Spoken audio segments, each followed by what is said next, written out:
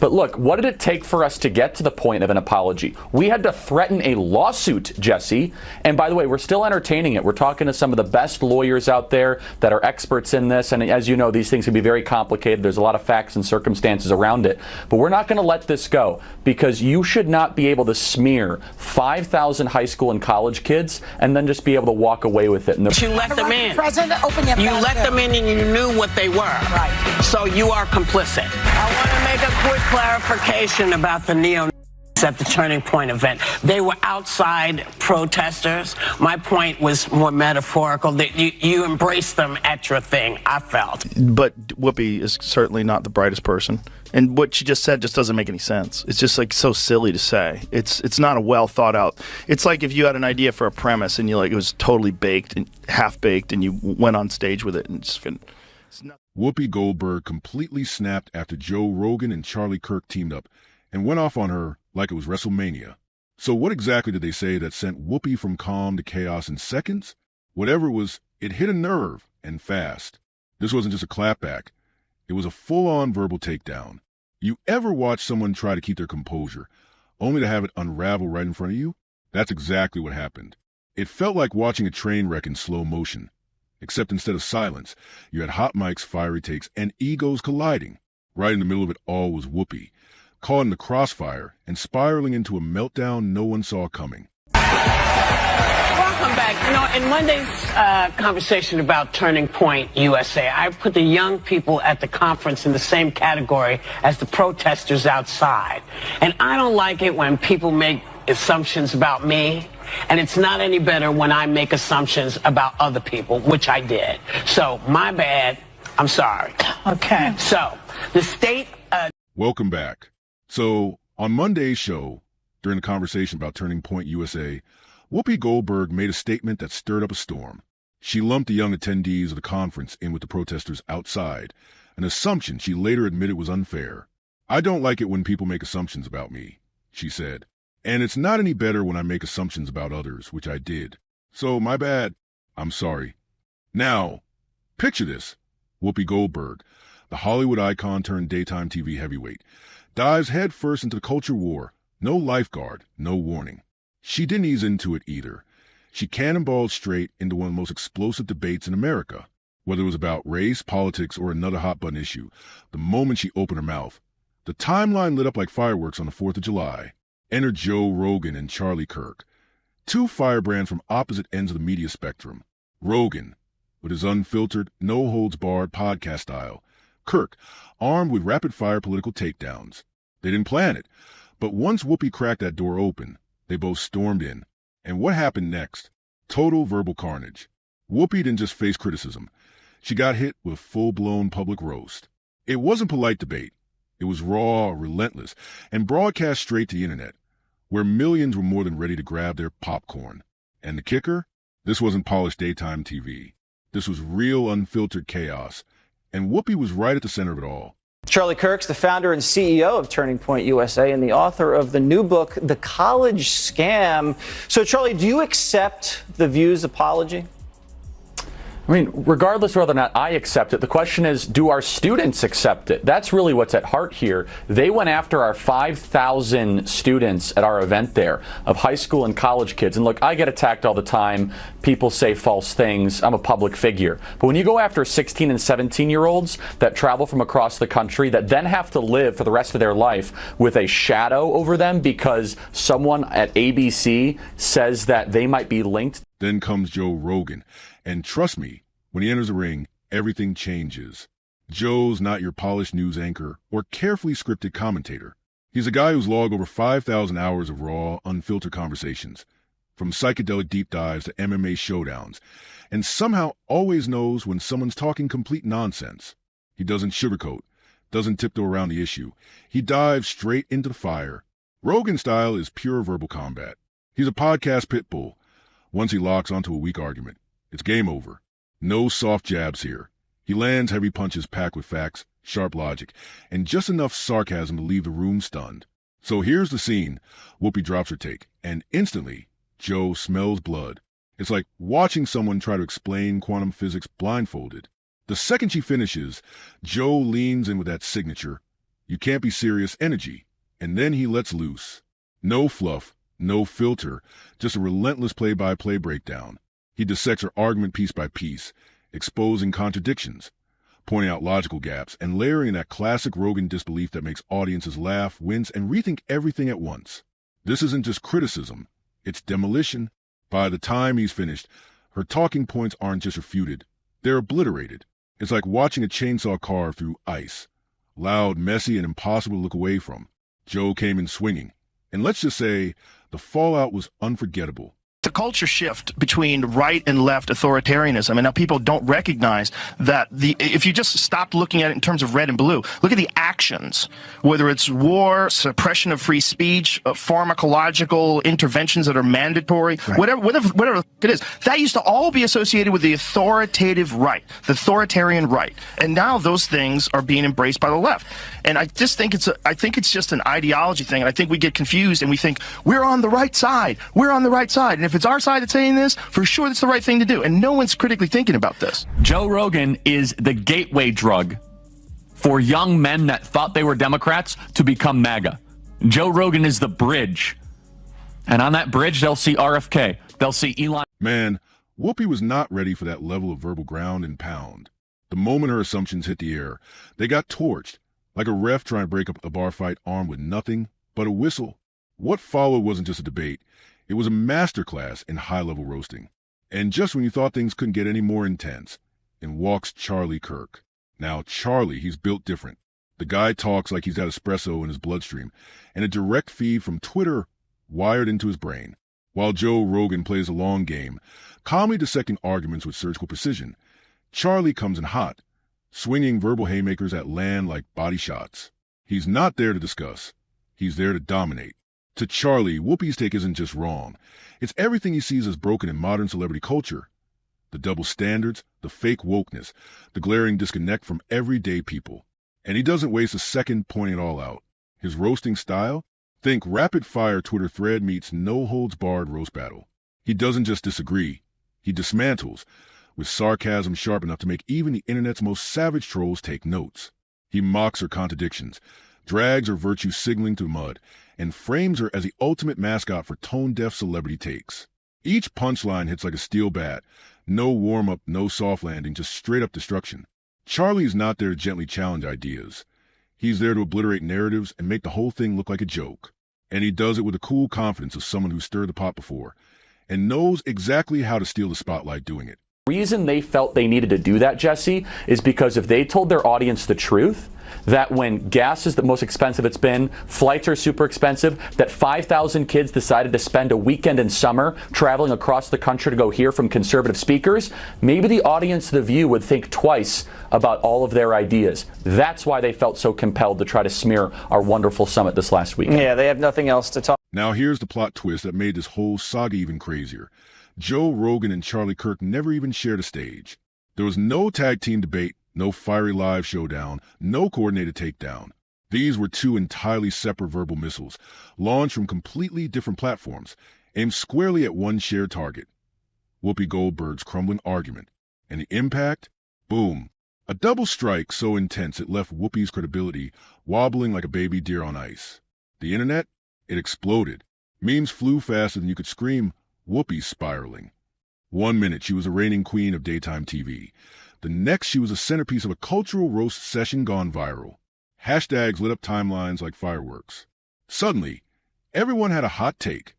Late-night comedians cracked jokes, political analysts picked apart her words, and even Twitter's unofficial philosophers crawled out of their corners to drop their, well, actually commentary. The wildest part? Even her most loyal fans were struggling. Defending her in the comment sections turned into a full-time job, and was one that not many were signing up for. The tide had shifted, and people couldn't believe what they were watching unfold. Is that show has this very specific ideological bubble in which they operate in. You know, and they always bring on a token conservative woman, and they yell over her and silence her, and, you know, they did that with Meghan McCain, and they did that with the, what is that other blonde woman from Survivor? Do you remember her, Jamie? She was always yelling. I mean, it's just, it's a bizarre show. How does someone with decades in the spotlight get absolutely smoked by two guys who weren't even in the same room? The answer is simple. Contrast. Joe Rogan came in calm and clinical, like a brain surgeon with no anesthesia. Charlie Kirk, on the other hand, came in hot and fast, like a caffeinated bulldozer. Together, they didn't just criticize, they crushed her from two completely different angles. And Whoopi clearly wasn't ready. They stripped her arguments down to the bones, and what was left? A mess. Joe broke it all down like he was grading an exam with a red pen, calmly pointing out every flaw with brutal precision. Then Charlie steamrolled what remained with his loud, in-your-face style, turning any last shred of credibility into smoke. At one point, you had to stop and ask, wait, what was she even trying to say? It was that bad. Watching Whoopi try to recover felt like watching a cat freeze the moment it hears a vacuum, startled, scrambling, and quickly realizing there's no place to hide. But this time, there was no pause button. The cameras kept rolling. The tweets flew in by the second. And the world?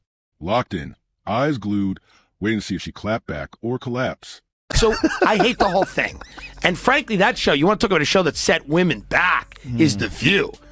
You want to talk about that show. If the CIA is engineering, Antifa and fucking the Capitol riot, some crazy misogynist engineered The View, because there's nothing worse than The View.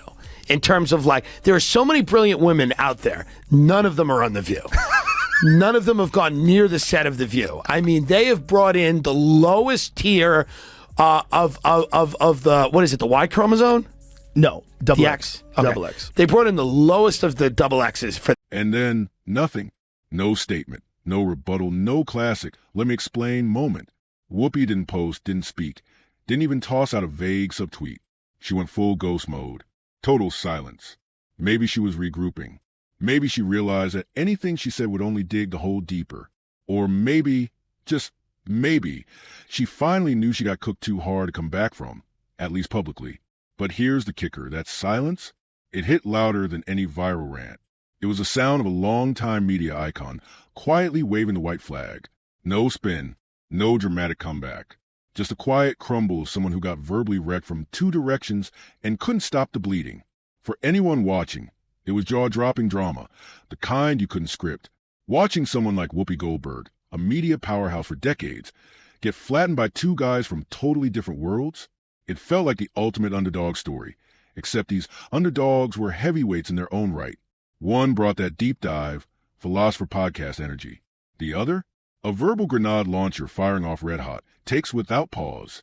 And the one who got dropped, not some random talking head, but Whoopi Goldberg, a legend. But this wasn't just a celebrity misstep. This was a snapshot of the cultural battlefield we're all living in now. A world where no one, no matter how big, gets a free pass. Where you can go from respected to roasted in seconds. Where memes hit harder than monologues, and silence speaks louder than a press conference. The game has changed. And if you step into the ring swinging weak, you're getting knocked out. Period. Her disgusting, gross elitism and her complete out-of-touch nature with respect to the rest of the world. Sunny Hostin goes on The View and decides now would be a great time to dump all over the so-called uneducated. What we did not have is white women who voted about 52%, right, for Donald Trump, uneducated white women. Just because you didn't go to college doesn't mean you're stupid, and it doesn't mean that you don't have wisdom. You can go to college and get a bunch of irrelevant facts about how men can allegedly give birth or whatever they teach. But I said this to our team. I said working people, the muscular class, including working women, they are so in favor of Trump, and they don't want to be called stupid or uneducated. Now let's talk about that so-called infamous breakdown. Sound dramatic, right? Like Whoopi Goldberg melting down live on TV, crying to tissues shaking, begging the crew to cut to commercial. Something straight out of a reality show finale. But let's not twist it, because here's the truth. There were no tears, no chair flips, no crying on cue. The breakdown wasn't theatrical, it was internal. It happened in the silence, in the absence of a comeback, in the stillness where there's usually defiance. It wasn't loud, but it was loud enough. Because in today's world, when you take a hit that massive and don't respond at all, that is the breakdown. Quiet, brutal, and impossible to ignore. No, this wasn't some meltdown for the cameras. It was something subtler, more unsettling. A slow unraveling of confidence, like watching air leak out of a tire in real time. You could feel it. The shift in tone, the hesitation, the cracks in her usually rock-solid delivery. This wasn't soap opera drama. It was psychological theater. And honestly, it was far more gripping.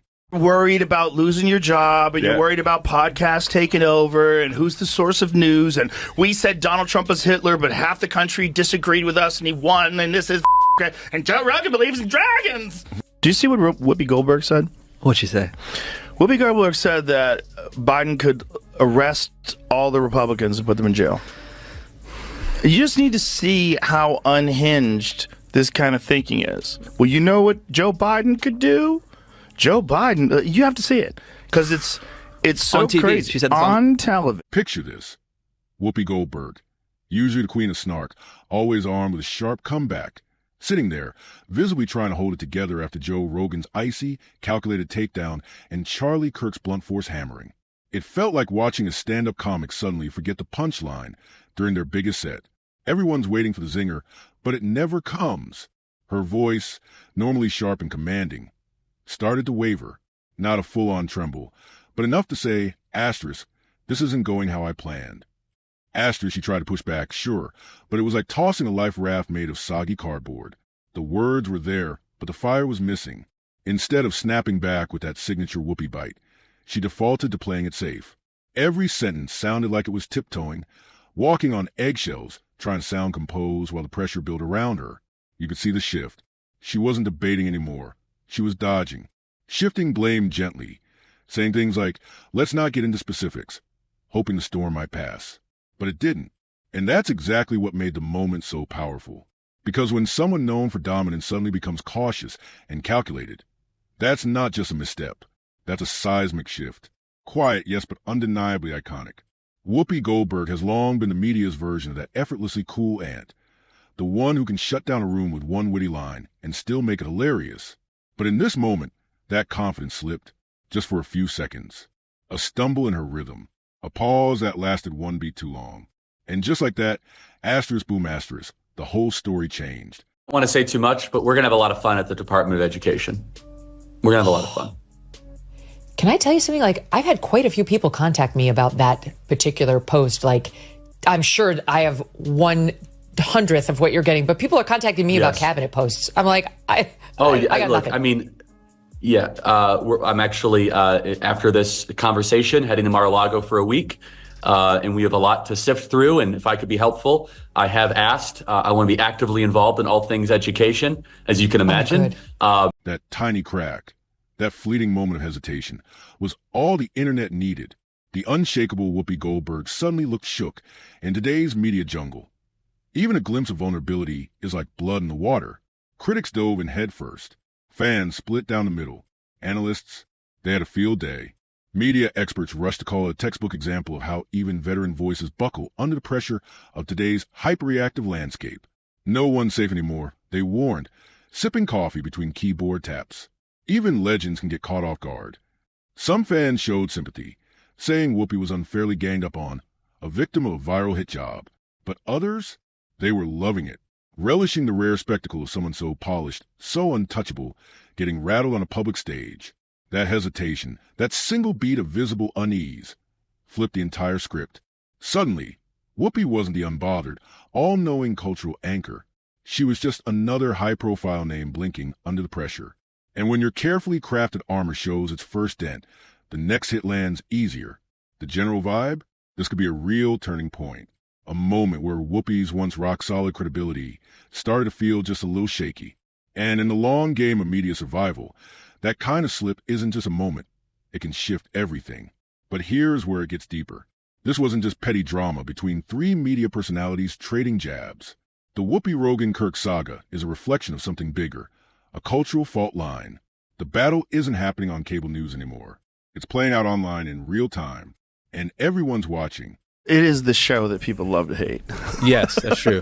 That's true. They get so much hate watching viral clips of them saying ridiculous things. I mean, it is a rabies-infested hen